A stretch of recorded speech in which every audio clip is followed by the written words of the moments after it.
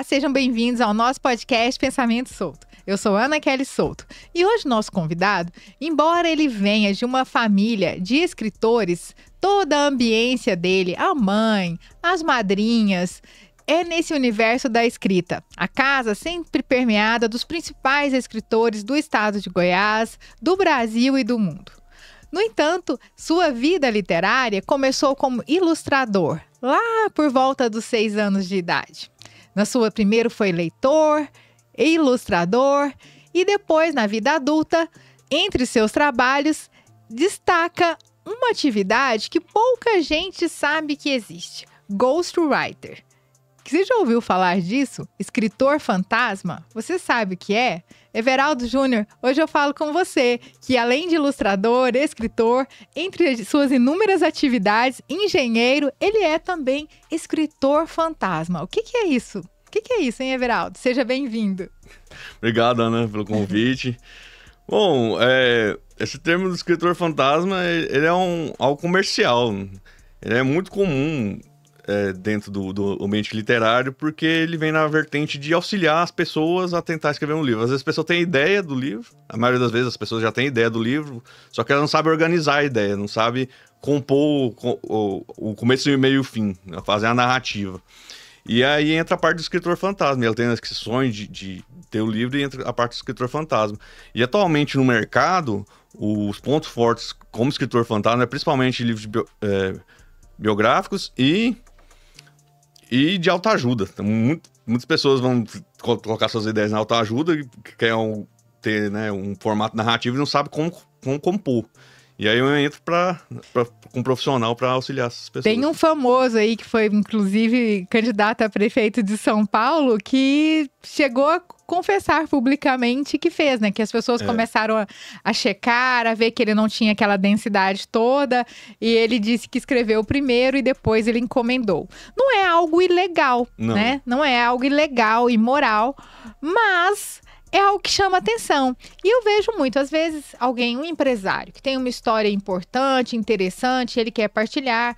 Ele não sabe escrever exatamente de uma forma elegante, que seja agradável, não tem tempo ou não sabe mesmo. E aí, como é que faz? Te contrata e você começa a entrevistá-lo. Como que você faz para construir o texto? Porque você precisa saber muito, né? Obama parece que já teve textos escritos assim, dessa maneira. Como que é o processo?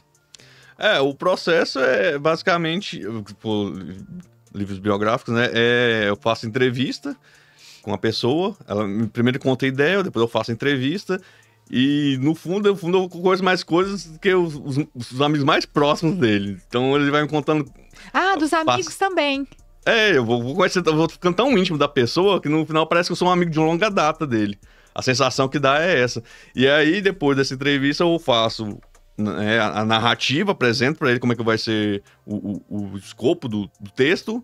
Aí vão falar, qual parte você vai escrever? Ele, não, essa parte é melhor cortar. Ou então, eu vou tecendo, né? Como a vida da pessoa vai se enquadrando. E mesmo assim, né, depois do material pronto, às vezes a pessoa quer adicionar ou retirar ainda algumas partes. E deve ser difícil, porque assim, entre o que a pessoa pensa, entre o que ela é, o que ela imagina que ela é, o que ela quer parecer ser, existe uma distância são degraus, digamos assim, entre o que você entende e o que você escreve. Já tem uma distância. Deve ser difícil ajustar isso, as palavras, qual palavra adequar, ajustar. Ela eventualmente pode se sentir ofendida, né? Às vezes ela pode se sentir exaltada. E é um serviço que tá pagando. Como é que funciona isso, né? Essa parte aí é muito engraçada, eu acho. Porque essa parte da linguagem, né? Eu não coloco a minha linguagem dentro da... Você presta atenção no que jeito que a pessoa fala? Quais são os termos que ela usa? Exatamente, chegou exatamente no ponto. A proposta que eu faço nos livros é usar exatamente a linguagem da pessoa, porque se eu começar a escrever o livro de acordo com a minha linguagem, do jeito que eu escrevo os meus livros, qualquer pessoa que bateu o olho e falar, você não escreveu isso aí, os parentes vão falando, você não escreveu. Uhum. Então eu tento aproximar a linguagem, o jeito que a pessoa escreve. Eu vou em anotações, vejo fotos, vejo alguns rascunhos que a pessoa tiver, diário, qualquer coisa assim que eu possa. Vício de linguagem. Eu vou lá e adapto. E, inclusive, uma das críticas que eu já recebi quando o livro fica pronto, às vezes algum parente fala assim, eu não concordo com essa parte da história. Mas quem que deu a história foi a pessoa. E isso eu acho que é muito curioso isso. Sim, aquele livro que eu tenho, Filosofia no Câncer, você ainda falou, né? Parece que eu te ouço falando, assim, os seus exemplos. Porque, né, sou eu ali, estranho seria. Mas tem uma parte lá que eu falo das pessoas com as quais eu convivi naquele momento do diagnóstico. E no dia do lançamento, tava vários lá. Eu fiquei meio constrangida, assim, porque às vezes a pessoa quando lê, e ela sabe que tá falando dela, pode ler e falar, mas não foi assim. Mas pra mim foi daquela maneira. Talvez pra ela não tenha sido, mas pra mim foi daquela maneira. E ainda tem essa distância, né? Eu penso que deve ser um trabalho meio terapêutico, né? Tem que ter uma escuta muito presente, ativa, perspicaz e uma sagacidade de se abrir e deixar ser preenchido pelo outro. Interessante essa coisa do escritor fantasma, né? Qual que é a maior dificuldade que você acha nesse trabalho? Na verdade, eu não tenho dificuldade porque eu gosto muito, né? Eu sempre me identifiquei com essa de ouvir mais do que falar. Eu sempre fui mais nesse de tentar compreender a pessoa. Então, nessa parte do escritor fantasma, não foi uma parte, como dentro da profissão de escritor, que me cansa, que me deixa triste. Não, pelo contrário, eu sinto um prazer muito grande. Você não pode contar de quem você já fez. Não, isso eu não posso, não. Isso aí é profissional. Que inclusive o livro das pessoas tá lá o nome dela, não tem nada, nem. Porque tem alguns escritores fantasmas que fazem questão, eu não sei como é que funciona, se é. Enfim, mas aparece lá. Você cede todos os direitos, pronto, acabou. Tudo. O único contrato que eu faço é na hora me paga pra escrever. Depois, faça por conta da pessoa, faça o que quiser. E eu não me intrometo nisso. Mas eu acho que é um pontapé. E não é a ideia minha. Se fosse ideia minha e eu tivesse, né... Você estruturou só. Não, a pessoa vem com a ideia e eu faço a estruturação. É a parte escrita mesmo, escrita fantasma. E é uma boa forma de ganhar dinheiro, porque uma área difícil de você se manter é ser escritor no Brasil. Agora, tem uma coisa muito interessante em você, que você tem 31 anos e você tem uma longa história já literária. Primeiro como ilustrador, aos 6 anos você ilustrava os livros da sua mãe. E você parece que, ao contrário da maioria... você é engenheiro civil de formação, com mestrado, doutorado, e você sempre fala, né, que você fez o caminho inverso. Normalmente é mais comum as pessoas ganharem mais dinheiro com a engenharia e é quase impossível ganhar dinheiro sendo escritor. E você acabou se firmando mais, inicialmente, como escritor, né? Conta pra gente como foi isso, ensina, porque deve ter um monte de gente querendo aprender. Não siga esse caminho, não siga esse caminho. Esse caminho foi doloroso, mas eu assumo as consequências dos meus atos e eu sou muito feliz nessa parte, porque desde adolescente, desde criança, né? Desde sempre. Mas só que eu via muito parte da adolescência, principalmente muito forte, com os eventos culturais, principalmente da minha mãe e as pessoas ao meu redor, tinha muitos intelectuais, eles falavam com gosto, com uma densidade tão grande. Eu falei, não, eu queria falar com essas pessoas, né? Às vezes, né, utilizar algumas palavras bonitas, né, com uma verborragia, mas... E eu ficava admirando aquilo. E o estilo de vida também eu acho muito glamuroso. Os restaurantes, tudo que envolve a sociedade cultural. Eu sempre me apaixonei muito por isso. Sempre me agradou bastante. Então, eu fui por esse caminho, né? Porque eu tinha... Porque eu, atualmente, no mercado financeiro, você tem que entrar já com tudo para entrar pro capital. Não interessa como. E eu ficava muito questionando questões sociais, questões filosóficas, questões por que eu tô fazendo isso, né? Muito uma questão de moral e ética, eu ficava, né, questionando muito essas partes. E aí eu queria aprofundar nisso para depois inserir com força dentro do mercado de trabalho. E quando eu entrei na engenharia, eu entrei muito jovem, eu tinha 16 anos. Eu inclusive, pulei o terceiro ano do ensino médio. Consegui ir na justiça, pular o terceiro ano e entrei. Então eu tava muito cru como pessoa, e eu tava muito pelo boom da engenharia na época. Sim, foi ano... Quando você entrou... 2011, quando eu entrei. Já era o boom mesmo. Falava muito bem da engenharia, então eu pensei, vai ser tranquilo pra mim e eu vou ver o que eu faço depois. Só que aí quando eu terminei a faculdade, já não tava tanto assim. Então tava meio ruim para entrar no mercado de trabalho. Você tinha que um salário que não me agradava muito. Eu falei, eu não vou entrar nesse salário que não me agrada não, vou continuar estudando. E aí quando eu continuei estudando, eu vi que eu sempre tive um talento muito forte para escrita. Eu sempre saía muito bem em redação. Você já lia antes de saber ler. Eu já li antes de saber ler. Você tem essa história também. Eu li pra me dizer umas figuras Mas eu também fazia isso. Eu memorizava mais o jacarezinho egoísta. Eu fingia. Minha mãe contava, eu memorizava e fingia que sabia ler para minhas primas, assim. Aí eu fiz as figurinhas. Eu já gostava de pagar de leitora. Acho que é um pouco isso. Toda criança que gosta, né? Pois é. Então, e aí quando eu terminei o curso, eu fui aprimorar essa questão, né?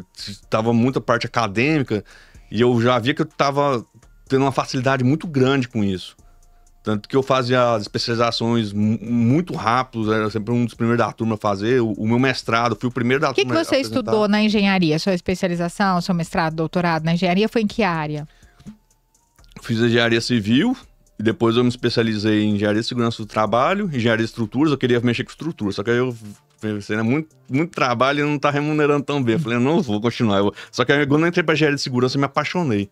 Porque entra muito... Tem engenharia, mas também tem muito a questão do cuidado do ser humano. Sim, que aí já é uma coisa que você gosta, né? De ouvir o outro. Engenharia de segurança do trabalho, você tem que conversar com os trabalhadores. Não é só ficar avaliando as máquinas, equipamentos, vendo todas as questões de segurança e fazendo todo o planejamento. E você deve lidar com pessoas com uma baixa escolaridade, com uma linguagem mais simples. Trabalhador típico, né? Trabalhador braçal. E assim, os seus livros, que eu conheço, esses 3 aqui. A Ampulheta, o Cálice Sagrado, o Cálice Flamejante e o Olho de Horus. E o novo, que ainda vamos falar daqui a pouco, né? É uma linguagem que eu diria... Eu fiquei, para escrevendo o prefácio, fiquei imaginando como caracterizar, né? Porque é uma linguagem que se serve de um universo mitológico.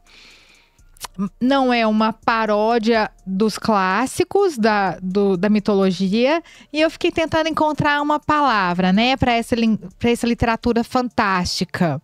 Usei burlesco, não sei se seria adequado. Mas a linguagem daí é uma linguagem jovem, mas é uma linguagem que bebe na fonte desses clássicos da mitologia, das diversas mitologias. E você está inserido no contexto goiano da literatura, né? Sua mãe é uma escritora muito conhecida, afilhada da Leda Sel, uma poetisa importantíssima. Aquilo que nós falávamos, contato com Gilberto Mendonça Telles, né? Então, você se formou nesse universo de Bernardo Ellis, Gilberto Mendonça Telles. Então, essa linguagem goiana, a gente não percebe nos seus textos, embora na engenharia você tenha contato com essas pessoas, né? No seu trabalho, de segurança do trabalho, você deve ter contato com essas pessoas. A sua literatura, pelo menos por enquanto, não manifesta esse aspecto. Não manifesta porque esses livros, eles foram pensados exatamente... Quando eu escrevi Ampulheta, foi o primeiro, né, que ficou de minha autoria, eu pensei assim, eu gostaria de escrever um livro que eu tivesse prazer em ler, né? Então, foi nessa linha de pensamento. E são universos diferentes, né? Eu adoro conversar com os trabalhadores manuais, as obras. É uma conversa muito gostosa. Você já extraiu personagens dessas conversas para um livro? Você já extraiu dessas conversas um personagem, um tipo que depois você desenvolveu? Não necessariamente das obras, porque as obras foram depois desses 3 livros, mas só que, sim, com vivências do cotidiano, com certeza. Eu extraí algumas conversas para colocar aí. Mas não por parte da engenharia, não teve muito a ver. Uhum. Ainda era... Quando eu escrevi esses livros, eu tinha uns 20 e poucos anos. Sim, ainda não tinha... Agora, a partir de agora, quem sabe, né? Quem sabe. Só se for no 5º livro que eu vou fechar esse ciclo. Mas, porque o 4º já tá pronto, inclusive, né? Pronto. Tá pra sair. Mas eu acho que não, porque a proposta desses livros são outras. Não se um momento eu for escrever um outro... os livros de série, né, esses romances de séries, talvez, se eu tiver outra proposta, aí sim eu posso usar essas linguagens. Depende muito da proposta. Né? Verdade. E a sua fase de ilustrador, que foi mais lá atrás? Como que você gostava ou era obrigado mesmo? No início eu gostava bastante. No início era tudo uma diversão. Você ficava empolgado? Eu empolgado. Só que aí... E sua mãe te levava no dia do lançamento dos livros? As pessoas sabiam que era você? Como é que era? Ah, não, sim, levava. Conversei com influência da minha mãe, ela começou a escrever os contos. Contos infanto-juvenis. Exato. Gente, a mãe do Everaldo Júnior, ela é membro da Academia Goiana de Letras, Fátima Gonçalves Lima. É uma grande escritora. Se vocês não sabem quem é, dê um Google aí que vocês vão achar muito material, que ela é um caso à parte que nós podemos convidá-la ainda para vir ao nosso podcast. E da grande poetisa Leda Selma, que é a sua madrinha, né? Então você cresceu nesse ambiente, né? Gilberto Mendonça Teles, que era muito amigo da família. Não tinha como escapar, né, Everaldo? Não tinha. Mas essa parte da legislação eu acho curiosa, porque eu comecei com minha mãe, influência da minha mãe. E aí eu comecei a escrever, achava que era tudo brincadeira. E quando começava pros lançamentos, eu começava a gostar, porque minha mãe ia fazer questão de eu ficar fazendo, né, Você se sentia valorizado, o seu trabalho. Sim. Aí tinha toda aquela parte, né, de escrever no livro, que esqueci o nome agora, fugiu o nome. Autógrafo dos livros. Então eu comecei a ter o primeiro contato, eu fiquei maravilhado. Eu quero fazer isso. E aí foi surgindo outros livros, e minha mãe incentivava, e tinha algumas pessoas que me elogiavam, mas era mais da minha mãe, pensava assim, coisa da minha mãe, não, eu tô achando que eu não tenho esse talento, não. Mas era um desenho diferente e era bastante... Uma síndrome do impostor. Sim, síndrome do impostor, mas depois as pessoas falavam, mas o Poteiro, ele fazia não era um desenho perfeito e foi indo. Aí ficava assim, mas não sei, tô indo muito pelo lado da minha mãe. E aí houve um escritor chamado Geraldo, ele me chamou pra desenhar ilustrar um livro dele, que ele gostava muito, que é chamado Para Crianças. Eu ilustrei, ele adorou, ele quis ter continuidade, depois ilustrei outro livro, que eu não lembro o nome dele agora. E aí eu ilustrei mais alguns livros da minha mãe, pegava e comprava tudo brinquedo, porque a minha mentalidade era essa, não pensava, tinha educação econômica nenhuma. Você gostava de Lego? Não, Lego não mexia muito com isso, não, mas eram outros brinquedinhos lá. E aqueles de castelo, dragão, essas coisas. E depois eu voltei a ilustrar, parei quando criança, que eu tinha cansado. E aí eu voltei a ilustrar com 17, 18 anos. E depois que eu ilustrei um livro da minha mãe, que foi o último, teve uma outra proposta da escritora Adélia, que era a Força do Ninho também. Ela foi lá e eu ilustrei também. E aí eu parei depois disso. Eu falei, não, pra mim não tá dando mais ilustrar, porque eu já tinha perdido o gosto, não tava dando certo. E pouco tempo depois, inclusive, a Ampulheta, que foi o primeiro livro, a ideia do livro foi a partir de uma ilustração, porque eu pintava também.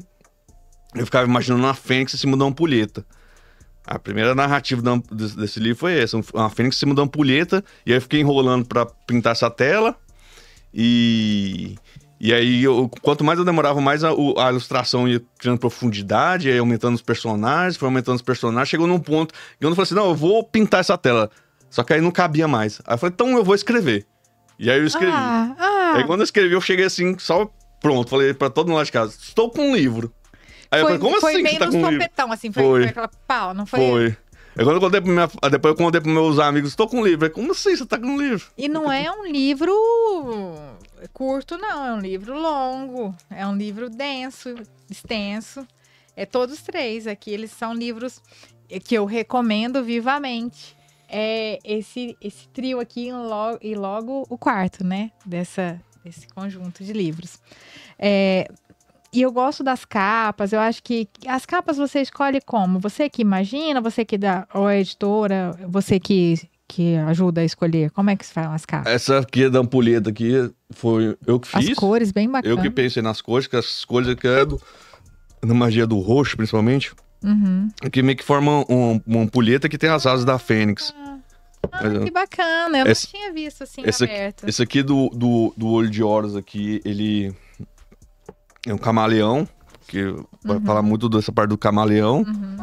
E esse aqui foi o Vitor que fez, ele trabalha na Kelps, ele me ajudou a pensar nessa Ah, capa. eu sei, o Vitor. O Vitor tá diagramando um livro pra mim. E esse caso flamejante foi toda a obra minha. Eu fiz essa capa todinha aqui. Esse foi você que fez? Foi. Então eu fiz 2 e o Vitor fez 1. Só que o Vitor fez de acordo com o que eu pedi. Aham, você deu as dicas e ele foi fazendo. Conheço o trabalho dele, ele tá fazendo um pra mim bem bacana. Você é um grande leitor, né? Você é escritor fantasma, ilustrador, escritor dessa literatura fantástica, mais para qualquer um, mas, né, eu diria que é um livro para mais uma categoria de jovens, talvez, né? Jovens adultos, enfim, quem gosta. Mas eu acho que você tem uma característica jovial na sua escrita, né? Você concorda que é uma característica de um livro mais jovial, não? Concordo plenamente. Inclusive, quando escreveram um jovem adulto. Então não tinha muito como fugir disso, né? Não tinha. Eu sempre fui amante desse ambiente mitológico, essas narrativas. Seu primeiro livro que você leu foi A Odisseia. A Odisseia. Levemente tendenciado. Tendência bem... É interessante. Então, além de escritor fantasma, ilustrador, é um grande leitor. E você já leu obras importantes como a Bíblia, o Alcorão, a Torá. E a Bíblia você leu em 7 dias. 7 dias. Deus fez um mundo em 7 dias e você leu a Bíblia em 7 dias. Como que foi? Foi um planejamento? Como é que foi? Por que você fez? Depois que eu já tava com o 3º livro, acho. Se eu não tava com o 3º, eu tava com ele quase pronto. Aí eu comecei a ir nas escolas, que eu tive uma boa entrada, né? Eu já tinha antes como escritor, mas eu tive uma boa entrada. Que é a Vanice, que eu falo, brincar, ela é minha madrinha literária. Ela me indicou para as escolas do Colégio Militar, inicialmente, do Carvalho Ramos, eu ia lá fazer palestras. Foi um momento muito, muito bom, muito gostoso. Eu ia lá com os alunos, fazer... né, falava o processo das escritas, sobre mitologias, falava sobre narrativas do mundo todo. Eles adoravam e falavam sobre os temas que quisesse falar sobre jogos, sobre livros, literaturas diversas, mas sempre puxando um pouquinho para minha obra. E com isso, eu fui fazendo esse trabalho, né? E inclusive na entrada mesmo da Ampulheta, o primeiro livro, quem me ajudou a publicar o livro foi o Antônio, da editora Kelps, que ele meio que me apadrinhou, ele fez fiado pra mim. Ele falou, não, faz aí, depois você vende e me ajeita. E deu certo. No início foi muito bom, as vendas eram muito fortes, principalmente nas escolas. Era o meu forte, quando eu fazia aqui, foi mais aqui em Goiânia. Eu tentei expandir, né, mas não deu certo.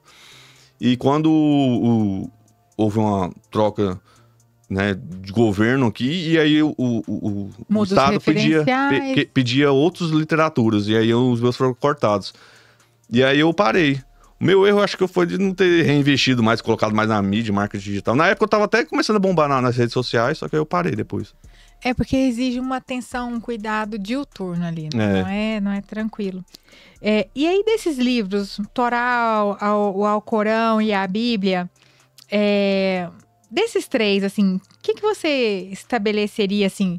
O que os 3, tem um ponto que aproxima os 3 e o que distingue? Você diz, não, isso difere a Torá do Alcorão, o Alcorão da Bíblia, que são especificidades. Você conseguiria estabelecer um ponto comum aos 3 e pontos únicos em cada um? Que te chamou a atenção? Consigo. Pelas narrativas, né, eles falam muito do Moisés. Moisés, quando foi fazer a travessia, né, do Egito até a Cidade Prometida. Então, pelas narrativas, a interpretação que eu faço é que nessa caminhada, as pessoas foram entendendo visões diferentes sobre o Deus. Uns foram acreditando que havia um próximo Messias, né, que iria salvar todos, que foi mais pro cristianismo. Outros não acreditavam tanto e ficava mais pensando no... Eu posso dizer um pouco mais forte pro pós-morte, né? Como recompensa seria mais o islamismo.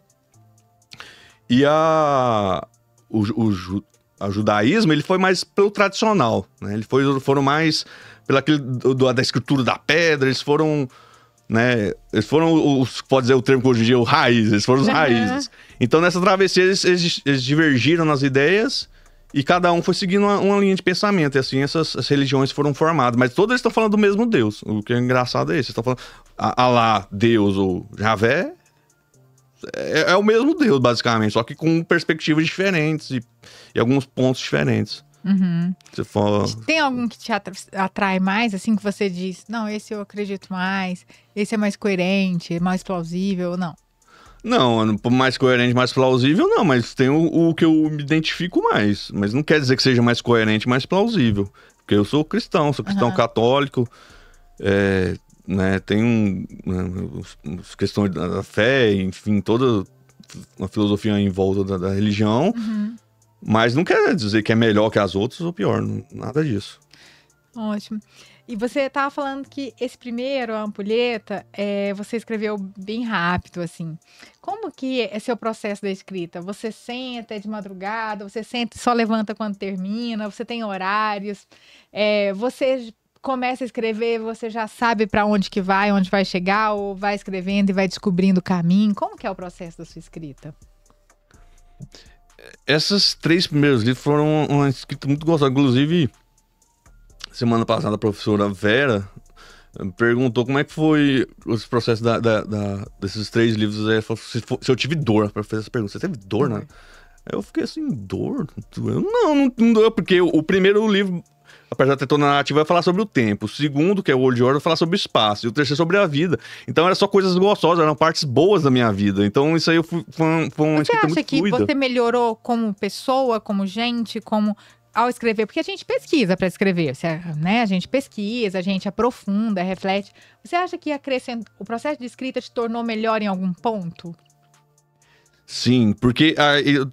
foram experiências muito intensas. Depois que eu comecei a escrever Ampulheta, eu tive que vivenciar muito forte para poder escrever esses livros. Porque foram uns livros que eu me dediquei de corpo e alma. Então, o Old Order era muito baseado nas minhas viagens. O Carlos Flamejante ficava pensando em muitos aspectos da vida, muito do lado positivo da vida, essas coisas alegres. Então, por isso que eu falo, essa parte não sofreu. Mas agora, para escrever o quarto e o quinto, que é dessas linhas, aí porque fala sobre a morte e sobre o vazio. Esses foram aspectos muito dolorosos, tanto que o quarto livro ele tá na gaveta desde 2022, eu vou lançar agora em 2025, que fala sobre a morte. Tive que amadurecer muito essa ideia, tive que perder pessoas queridas, tive que entender sobre o que eu tô escrevendo, não é só escrever por escrever. E o quinto livro sobre o vazio, nossa, também foi junto, assim, pra entender essa questão de luto, questão existencial. Foram aspectos muito profundos que agora estou terminando para poder chegar nessa parte. Inclusive, eu até entrei em depressão, de tomar muito remédio. Eu entrei realmente... mergulhei mesmo. Hoje em dia eu tô curado. Já virou página virada. Mas eu acho que tem uma certa ironia, uma certa... Eu acho que não é só essa coisa densa. Tem essa coisa densa, mas eu achei também que você é irônico, que é leve. Eu só... Também não dá pra ter um tom só, o livro todo, né? Não. Você tem que... Não, pra você ver, o quarto livro que já leu, ele fala sobre a morte, mas eu faço bastante brincadeira sobre isso. Mas tem uma parte profunda, assim, aquela parte do cântico lá, que vai ser do Corvo com o Ben-TV. Tentei trazer, assim, algo um pouco poético. Eu não considero um poeta. Romancista, sim, mas um poeta, não sei. Mas eu tentei trazer um pouco dessa parte aí pra tentar apaziguar um pouquinho, falar sobre a morte, que também fica sendo muito pesado, fica muito denso. E assim, depende dos olhos de quem lê. Assim, aquele livro que eu tenho, Filosofia no Câncer, tem gente que fala que leu e chorou. E tem gente que fala assim, nossa, você é engraçada. Acho engraçado. Eu achei engraçado. Porque assim, não tem uma coisa só o tempo todo. Eu tinha essa preocupação de não cair não ser piegas, né? Mas tem gente que fala que chorou e tem gente que fala, nossa, eu ri muito, não é de rir não, mas eu ri muito. Então, assim, o fato de eu ter escrito o livro, eu revivenciei aqueles momentos. Sim. Total. E não sofri exatamente, mas eu acho que eu acrescentei a mim. Quando eu fui lá revisitar minhas memórias, as minhas escritas, minhas fotografias para eu escrever, eu acho que eu assimilei melhor, eu processei melhor aquele momento. Me fez muito bem escrever aquele livro, muito bem. Eu aprofundei, eu pensei, eu analisei, porque às vezes você passa meio com uma couraça na situação.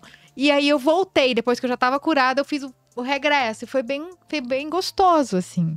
Achei engraçado lá no seu livro, lá quando você vai falar sobre a parte do câncer. Eu não lembro exatamente as palavras, mas você falou assim: não é pra ficar tendo dó de mim, não fale pra mim, sinto muito. Eu falei, nossa, nessa sim. parte. E assim, é um negócio, força guerreira. Força guerreira, né? E assim, fazer do limão a limonada, né? Quando aqui em Goiânia o trânsito caótico, ninguém te deixa entrar na via. Aí um dia eu tava entrando ali na Jamel Cecília, ninguém me deixava. E eu baixei o vidro pra poder fazer contato visual, assim, pra poder tirar a mão pra fora e pedir pra eu entrar. Aí, quando eu tava careca, quando os carros viram que eu tava careca, todo mundo parava. Eu falei, gente, agora o negócio não é carteirada, não, é carecada. As pessoas meio que às vezes se colocam no lugar do outro, né? E também o oposto. Teve também o oposto. Pessoas que, virtualmente, principalmente. Eu tava numa palestra online, e aí só a foto, eu tinha colocado uma foto careca, e eu sofri um ataque lá. Alguém escreveu assim, você deve estar à morte, né? Porque essa foto, assim, levei um susto, né? Porque a gente não imagina que alguém vai ter coragem de manifestar assim. As pessoas surpreendem. Surpreende. Então, a gente acabou mudando aqui a Bíblia. Você leu em 7 dias. É um livro extenso, denso, intenso. Não é um livro fácil. Como é que foi essa leitura em 7 dias? Como que você lê rápido assim? Eu sempre admirei essa parte da leitura dinâmica. Inclusive, é uma coisa que eu sempre tentei repassar para as pessoas. Porque as pessoas tem aquela parte, você lê, mas você não entende, né? Não tem aquela boa interpretação de texto, né?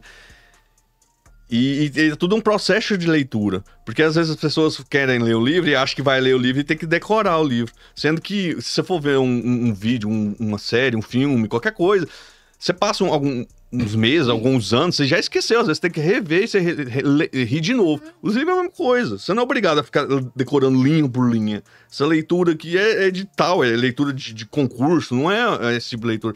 A leitura tem que ser algo fluido, algo gostoso. Você tem que se divertir com aquilo. Por exemplo, o meu quarto livro mesmo que eu falei que tá na gaveta desde 2022, eu vou lançar agora em 2025. Eu tive que reler e eu tinha esquecido muita coisa. Eu esqueci. Porque imagina um livro de outra pessoa. É normal, a mente faz isso. O meu livro é fino e outro dia alguém me fez uma pergunta. Eu falei, gente, eu não sei onde é que tá exatamente. Porque, eu não sei se você tem isso, quando eu peguei meu livro pronto, eu não sei se você tem isso. Eu custei ter coragem de ler ele de novo. Eu fiquei... eu li. Você lê? Eu custei ter coragem. Eu fiquei assim, meio... E aí vem essa coisa, porque entre você parar de escrever, mandar pra revisão, mandar pra editora, vai meses, né? 6 meses brincando. Então, quando vai estar pronto, você não lembra de tudo mesmo. Tem pessoas que gostam de fazer edição de vídeo, né? Por exemplo, ficar se vendo, ouvindo essas coisas. Aí eu ficar me vendo, eu não gosto muito de ficar... Te incomoda. Agora, mas escrita assim. Escrita assim. Escrita pra mim é normal. Ler. Porque eu gosto muito de ler, eu leio tudo. Claro que eu tenho minha preferência. Todo mundo tem suas preferências. Me dá coisa, porque eu vejo coisa mal escrita. E aí, porque a gente sempre acha que pode ter ficado melhor. E aí me incomoda, sabe? Aquele negócio, eu quero mudar, eu quero passar um lick paper lá em cima. Essa sensação me incomoda um pouco, mas acho que eu tô... Toda edição que você fizer dos seus livros, você não comum do escritor, você muda alguma coisa, normal. Né? Tem alguma coisa que você fala, eu gostaria de mudar isso aqui, vai lá. Naquele mês tem uma parte que eu coloquei... com toda humildade. Falei, gente, mas que pretensão, eu me declaro humilde. Mas aí já tava, né? Não, mas deixa, solta. Agora é com os leitores. Mas essa parte da escrita dinâmica é o seguinte. Então, e como é que é? Tem uma dica pra ler, assim, de forma dinâmica? Como que é? Tem um jeito ou é ler normal, rápido? Como que é? Então, é técnica, né? São tudo questão de técnica. Você vai avançando. E eu acho que o ponto, a linha, assim, é a parte que você começa a ter o prazer da leitura. Prazer no texto, né? Meio que aquela fala de Barthes lá. Mas quando você começa a ler com prazer, vai fluindo. Você não fica com aquela obrigação. Parece que vai ler, vai fazendo uma prova, alguém vai te perguntar cada linha. Você, nossa senhora. Não, você tem que ler com fluidez. Entender o contexto e depois você vai entender tudo. Porque cada autor tem uma linguagem. Se você pegando a linguagem do autor, você consegue... tratar o livro como se fosse um filme na sua cabeça. E aí, quando você trata o livro como se fosse um filme, a leitura vai ficando fluida. Só que tem várias técnicas. O conceito básico é esse, mas tem várias técnicas. E como se faz isso? Treinando, aprimorando. Eu demorei muitos anos para chegar nesse nível de leitura. Você fez um curso? Não. Você lia sobre? Sobre. Uhum. Eu fui treinando, né? Fui muitas leituras. Tanto que quando eu fazia isso na época das palestras, os alunos ficavam perplexos, até duvidavam. Aí eu falei, não, vou começar a fazer desafio de leitura no Instagram. Aí eu li Harry Potter 7 dias, teve esse da Bíblia, teve o Percy Jackson, que eu li todos os livros em 14 dias, eu não lembro direito. Mas enfim, eu fazia muitas leituras. Aí eu postava assim no story lá, acabei de ler esse livro hoje. Aí a pessoa fala assim, mentira, você já leu esse livro, sei lá o quê. É o normal, é um mês pra ler um livro, você tá lendo em um dia. Você lê vários livros ao mesmo tempo ou não? Não, aí eu não gosto de fazer isso, não. Não gosto. Porque se eu começar a ler um livro e parar, a chance de eu retornar é muito pequena. Entendi. Eu vou terminar. Porque você lê rápido também. Porque cada autor, ele tem um jeito, ele tem uma linguagem. Então, se eu interromper, é como se eu estivesse conversando com você. Uhum. Aí eu interrompo a conversa com você e vou conversar com outra pessoa. Fica difícil voltar no mesmo ponto que eu tava com você, com aquela fluidez que tava tendo antes. Então dá uma travada. Tipo, se eu pegar um livro com história contínua, como um romance, a leitura vai muito rápido, vai muito tranquila. Agora, se eu pegar um livro, por exemplo, de conto, que são várias histórias, por mais que seja a mesma linguagem, assim, linguagem semelhante que o autor vai trazendo, são histórias diferentes. Cada vez que eu termino, dá uma travada. Aí vai, então demora um pouquinho mais, mas não quer dizer que eu não gasto um dia, não. Eu gasto um dia também. Menos de um dia, né, no caso. Só que ela trava um pouquinho mais, porque são narrativas diferentes. Quando você começa a se adequar com os personagens, trava. Por exemplo, livro de autoajuda, ler super rápido. Enfim, tudo depende de como a narrativa está sendo construída. Uhum. Então, são técnicas. Uhum. Você fez engenharia, eu tô me lembrando de um filósofo chamado Ludwig Wittgenstein, que é um filósofo da linguagem. E o Wittgenstein tinha uma queda por fazer filosofia e também um pouco de queda para a área de exatas, matemática, engenharia. E aí, ele era de uma família muito rica, muito importante na Alemanha, na região da Alemanha, da Áustria. E então ele escreve um texto, entrega para um filósofo muito importante da época e pede para ele, olha, quero que você leia esse texto e me diga se eu sou um gênio e devo fazer filosofia ou se eu sou um idiota e devo fazer engenharia. O que ele quis dizer, né? Era a pretensão absurda, né? Ou seja, ele entendia que para fazer filosofia precisava ter um certo tipo de aptidão e ele queria saber. E aí eu identifico a filosofia com a literatura, isso, né? E se ele fosse um idiota, ia fazer engenharia, que tá longe de ser idiota, né? Mas é uma coisa objetiva. E aí, então, esse professor entrega para ele e fala, não, você pode fazer filosofia. E aí ele vai, então, desenvolver uma filosofia da linguagem e tudo mais. Você fez engenharia e faz, né, literatura, escrita. O que é mais difícil para você? A engenharia ou a escrita, ser escritor? Qual o trabalho que é mais difícil? O que te dá mais prazer, acho que é a escrita, né? Eu gosto muito dos dois, são vertentes diferentes. Não dá pra dizer, eu também tive muita facilidade com contas, eu também fui muito tranquilo. Isso aí não é algo... Essa pergunta é difícil. Não são coisas excludentes. Não. Uhum. Porque realmente tem essa dicotomia, né? Como se fosse um ou do outro. Mas não. Da literatura goiana, que você teve tanto contato, na sua casa tá lá até um momento improvisado, né? O museu Gilberto Mendonça tá meio provisório na sua casa. Então, assim, essa ambiência sua é muito forte. Da literatura goiana, o que você gosta mais? Não vale falar da sua mãe, do texto dos livros da sua mãe, nem da Leda Selma. Outros, o que você gosta? O que você gosta de ler? Da literatura goiana? Não, a literatura de Goiânia é muito forte. Não, se eu vou começar a falar da literatura goiana, eu tenho que citar a Academia Goiana de Letras toda aqui. Mas eu, por exemplo, eu vou falar dos que já trouxe aqui na nossa conversa. O Gilberto. Gilberto era um querido. Gilberto, ele tem uma robustez na crítica literária muito forte.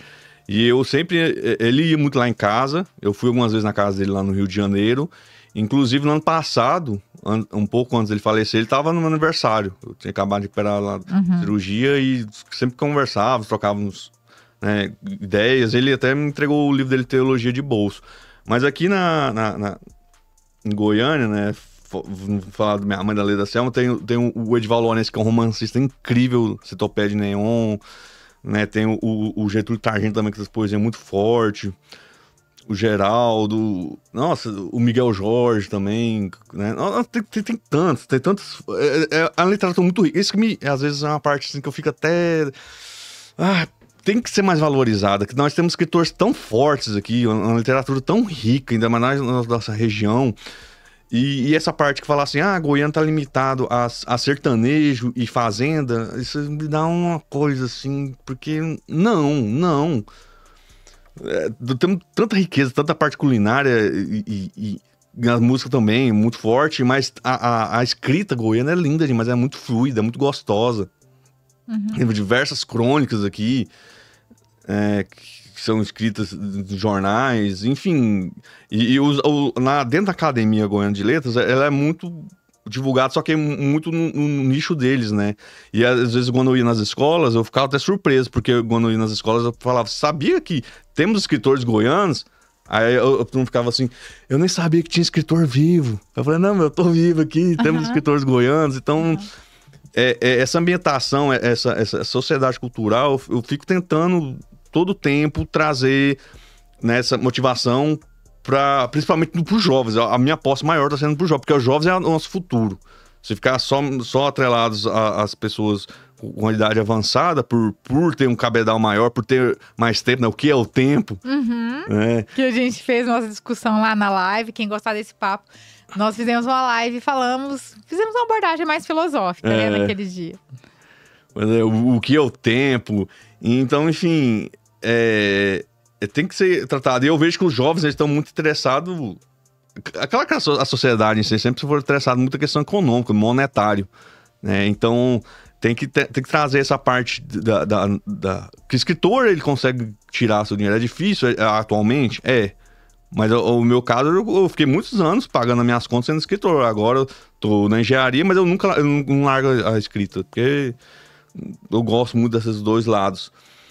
E quando os escritores vão para os jovens e dão as palestras dos jovens, adoram. Eles na época me tratavam muito bem, me sentia até... Estrela. Nossa senhora, me dá autógrafo, e aí, era loucura, era muito bom essa parte. Você tem um trabalho agora de restauração de igrejas antigas, me parece, no Rio de Janeiro? Eu tive informação errada. Não, é isso mesmo, lá no interior do Rio de Janeiro, Cachoeira de Macacu, a ruína São José da Boa Morte. Então eu tô trabalhando lá, da empresa Biapó e parceria com a Elísio, como engenheiro de segurança do trabalho. O Instituto Biapó, esse aqui? Não é o Biapó daqui, da cidade de Goiás. Também. Ele atua no Brasil todo. Ah, tá. Que interessante. E é um trabalho interessante. Talvez daí saia alguma coisa de arte sacra, porque o trabalho de engenharia numa igreja que é patrimônio... É tombada, né? É bem diferente de qualquer outro tipo de trabalho, né? Lá, muitas pessoas lá visitar, só que não pode, porque tá em obra. Tem que toda vez barrar a entrada. Tem uma vez que veio até um padre da Itália, falou, não, mas eu vim da Itália, mas não pode, tá em obra. Não é até perigoso, né? É perigoso. E ainda mais da parte de segurança do trabalho, ficar deixando entrar assim, não dá. Não dá, não tem como. Não tem condição. Qual conselho você daria, assim, porque na escola tem muitos alunos que gostam de escrever, né? A gente fala muito que não gosta, mas sempre tem alguém que gosta. Qual conselho você daria para quem tem o sonho de ser escritor, que gosta de escrever? Como você orientaria uma criança aí na escola que tem esse sonho de ser escritor? Essa é a resposta clássica que todos os escritores falam. Leia bastante. Primeiro lê. Lê muito. E aí identifique qual é o seu gosto pela leitura e depois vá por esse caminho. Tem diversas escritas, diversas formas. Você acha que a pessoa tem que ter uma voz? Tem. Porque assim, ela tem que escrever sempre de uma mesma maneira, ela tem Não. que ter uma voz, ou ela pode... Porque, assim, eu sinto um pouco de dificuldade nisso. Porque a gente hoje se interessa, eu me interesso por várias coisas e parece que eu fico amarrada. Não, mas será que eu posso falar disso? O lugar de fala, a autorização para falar, você acredita que tem isso? Ou eu tenho que ter uma voz e a partir dessa minha voz eu posso falar sobre qualquer coisa que eu acho que eu devo, não qualquer coisa de forma leviana, mas que eu me interesse? O que você vê, assim? Você tem que ter um nicho e seguir nele? Não, absolutamente não. A pessoa é livre, é um campo muito, muito avançado. É que nem fazer questionamento lá, às vezes você fica lá, o que é amor? Aí você vai lá, o amor Platão era mais pelo desejo, o amor de Aristóteles era mais voltado à felicidade, de Spinoza era meio vai e vem, como se fosse né, uma passagem de uma hora você tá amando e outra hora você meio que tá odiando. Então, se for pelo lado da filosofia, tem várias vertentes. E no lado da escrita também. A pessoa pode ir desenvolvendo, até porque ela vai mudando também ao longo do tempo, né? Ela vai amadurecendo, vai tendo gostos diferentes. Por exemplo, hoje, com 31 anos, eu não escreveria ampulheta desse jeito. Nunca. Eu mudei demais pra escrever. Não teria como. Eu não sou mais o Everaldo Júnior de 20 e poucos anos. Uhum. Então é uma coisa muito natural. Uhum. E você vai tendo experiências diferentes, leituras diferentes, e isso vai, né? É o tempo de Sartre lá, né? Que você vai se moldando. Sim. Bom, nós começamos a falar do seu processo de escrita sobre a disciplina. Como que você gosta de ser diurno, você é noturno, você é daquele cigarro com café, vinho? Como é que é regada a sua escrita? Apesar de eu apreciar né, as bebidas alcoólicas né, com moderação, mas não serve pra mim como estímulo literário, de forma alguma.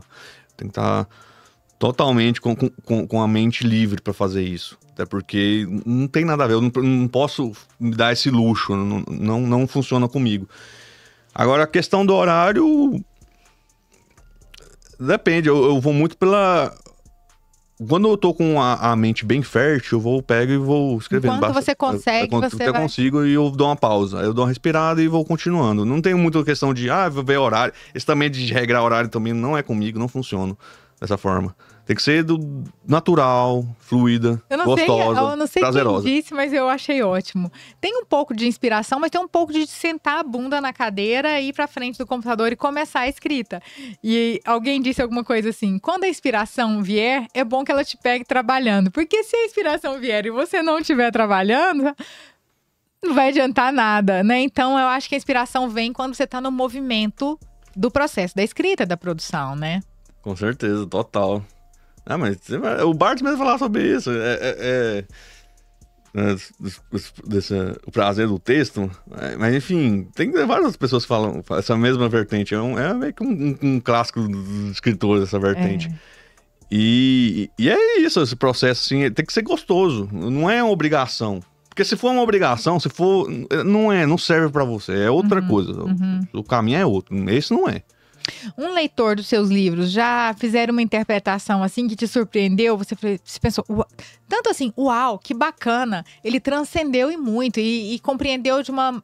Porque às vezes, depois que o texto está pronto, a gente não é mais dono dele. Então pode ter uma interpretação que, a partir do seu texto escrito, serve de trampolim para uma coisa muito mais fantástica do que o autor pensou, eu acho, né? E também a quem não chegou nem... Você já teve essa sensação de, uau, que isso? Foi muito legal essa sua sacada. Quando nessa época eu dava as palestras, sempre vinha alguns dando umas sugestões. Teve uma vez que um sugeriu fazer uma escrita voltada para o labirinto de Creta. Eles são bem criativos. Mas teve uma vez, isso aí não é mentira não, mas esse eu guardo com o coração. Eu ficava tirando as selfies com os alunos, mas teve um aluno que falou assim, eu não gostava de ler, mas depois que eu comecei a ler seu livro, eu comecei a gostar. Aquilo lá me derreteu.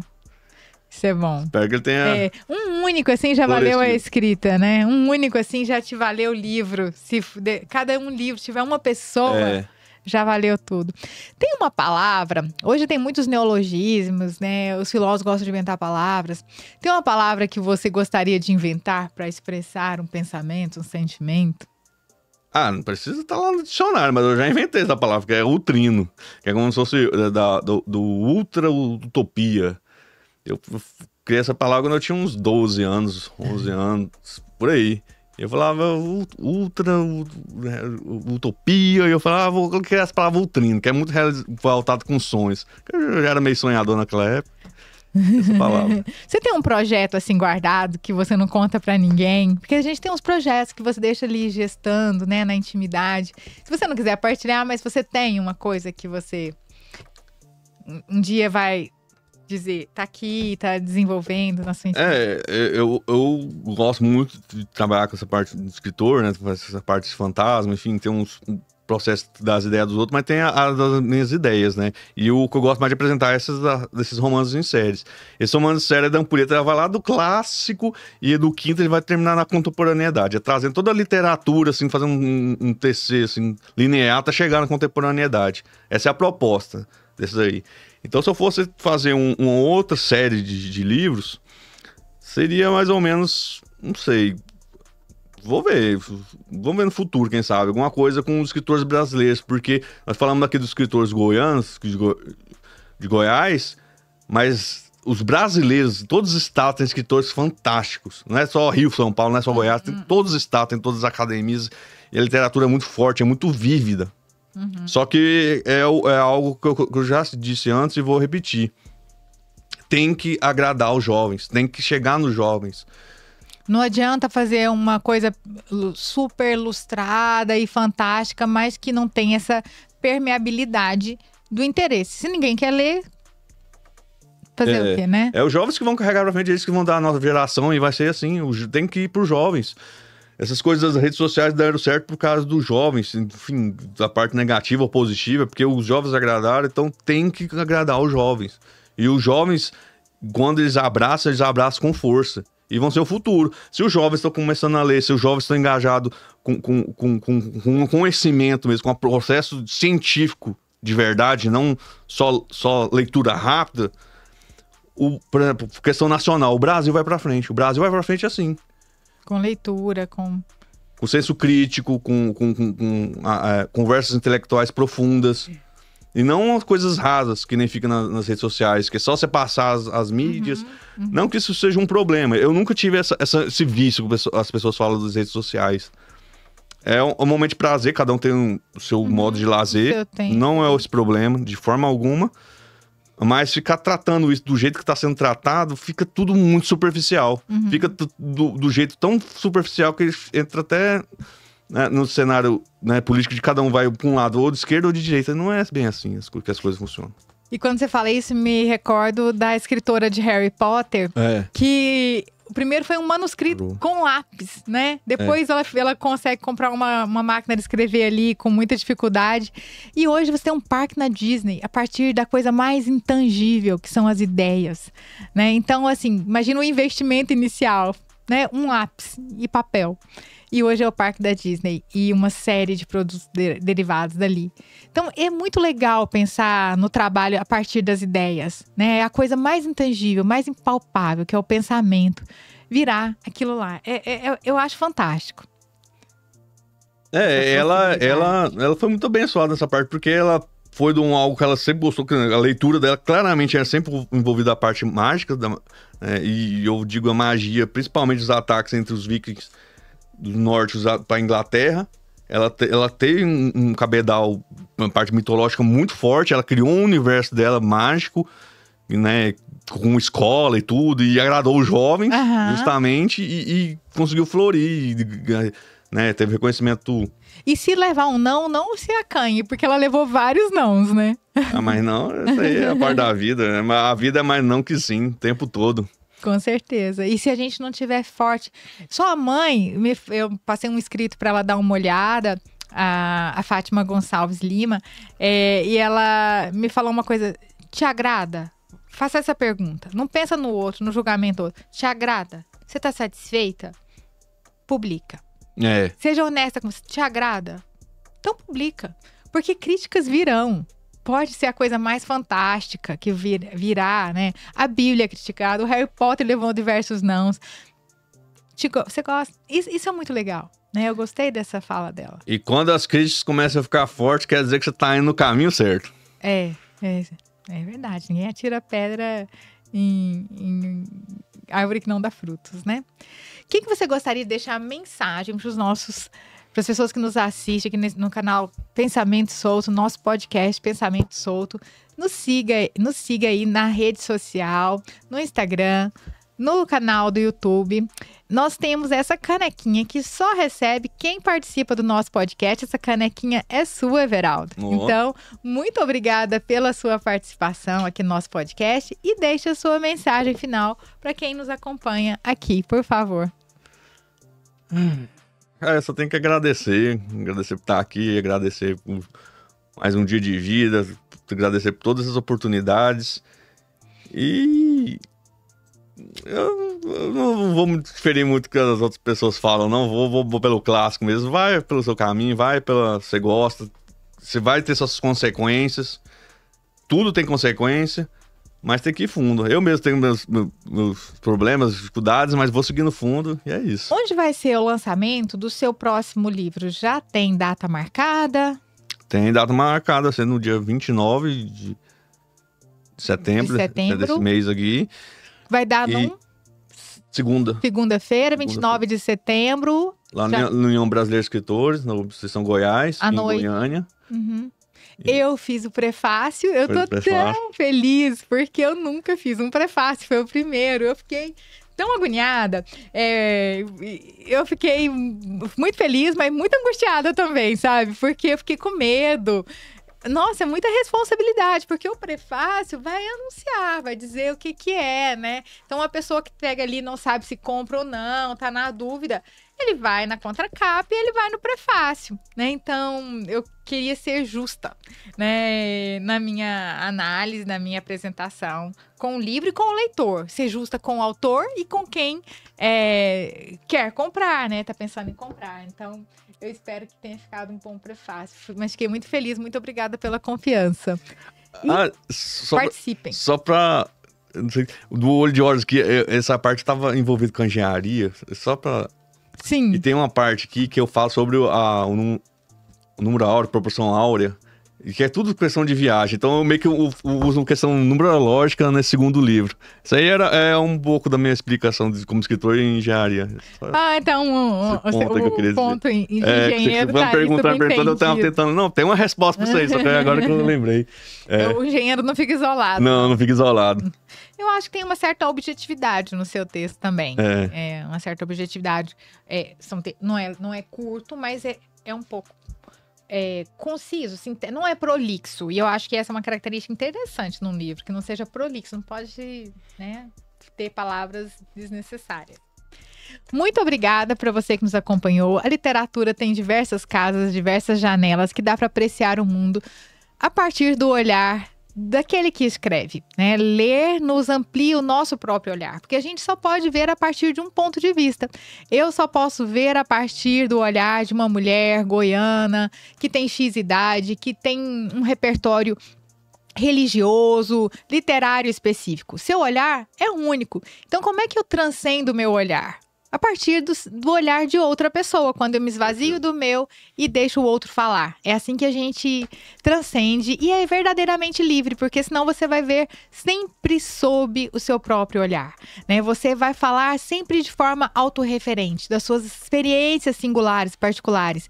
Como é pobre uma pessoa que tudo que ela fala, ela dá o eucêntrico, né? Uma coisa que ela viveu. Não que não seja importante, mas ela não sabe ver sob outras perspectivas. Fica aquela resposta pronta, né? Pronta. Pronta pra tudo. Né?